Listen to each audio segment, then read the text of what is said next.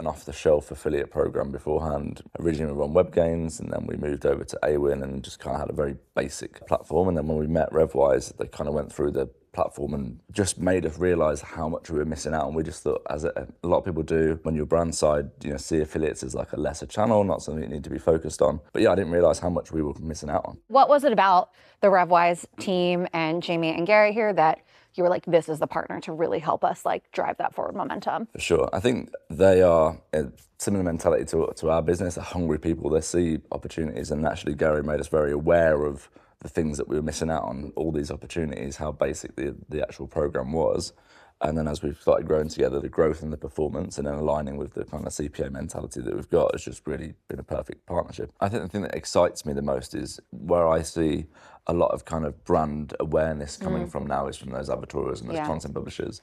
And as we move away from algorithmic SEO and people, like as mentioned this morning, about using LLMs to actually find what you're looking for, tailored approaches, all of that data is going to come from content publishers. Yeah. So actually nurturing... Not necessarily coming from your own website. No, exactly. And I think realistically, most businesses are in a position where they've spent the last 5 years building technology and a platform for old tech, like we've just rebuilt recently.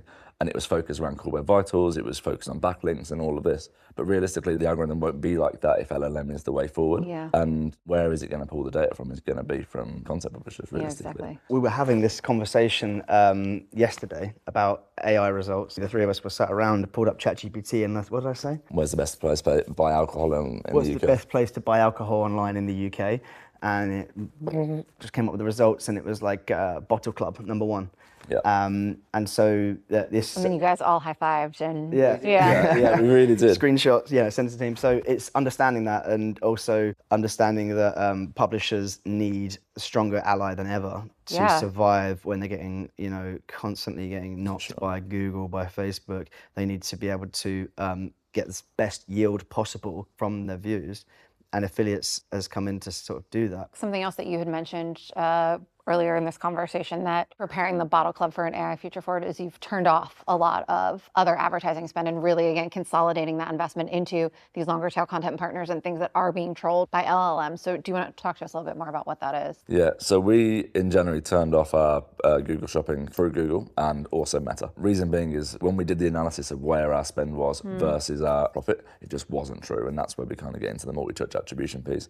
We're still doing Google Shopping because that is where our customers are, where people are looking for results, but we're doing it on a CPA model. So we're using RedBrain and Shopify as our two main partners with that, CSS partners, and it's been really helpful to see that it is part of the journey. I think that's the thing, is that Google Shopping, Facebook are all part of a customer journey, but are they actually the reason that people converted? So turning that off has been the big change, and we saw an initial drop, but now we're really tracking against last year with a considerable lack of spend and a huge increase in profitability. He did something so radical that it would make most marketing directors go completely insane.